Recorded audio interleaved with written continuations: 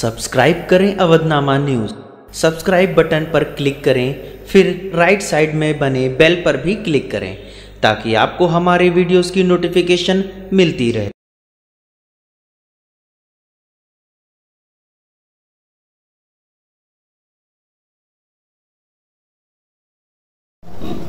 महत्वपूर्ण बात मैं कहना चाहूंगा कि एक तो जैसे सैनिटरी के लोगों को खोला है, बढ़ई को खोला है, कारपेंटर को खोला है, तो उनकी दुकानें नहीं खुलेंगी, उनको सामान नहीं मिलेगा, तो वो काम बिल्डिंग मटेरियल के लोग खोले हैं।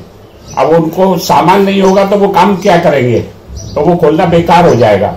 इसलिए जैसे कोई सप्लाई करनी होती है, कोई बिक्री करनी होती है, तो माल की सप्लाई की जाती है, उसी प्रकार से उनको सामान उपलब्ध कराने के लिए भी कोई सुविधा होनी चाहिए। दूसरा सबसे महत्वपूर्ण इस समय का विषय है कि आज विवाह शादी का सीजन है, लोगों की तिथियां तय हैं और कई कई महीने से लोग अपनी तैयारी कर रहे हैं। उनका करोड़ों लाखों रुपया जो बर्बाद हुआ वो तो हो गया, कोई बात नहीं, परंतु उनके फेरे पड़ जाए ऐसी व्यवस्था सरकार को बनानी चाहिए। उसके लिए मैंने अमित शाह जी को भी चिट्ठी लिखी है, मैंने योगी आदित्यनाथ जी को भी लिखी है और यहाँ पर बात भी की है और यहाँ से डिस्कशन भी हो रहा है। उस पर जरा अमित शाह जी से और प्रधानमंत्री जी से बात करके आप निर्णय कराएं, ये बहुत जरूरी है, क्योंकि 26 तारीख को अक्षय तृतीया का महापर्व है जिसमें सामूहिक शादियां भी हम लोग करते रहे, तो केवल फेरे पड़ जाए उसके लिए 10-10 लोगों की परमिशन मिल जाए जैसे पहले गाइडलाइन दी गई थी, इतना अवश्य हो,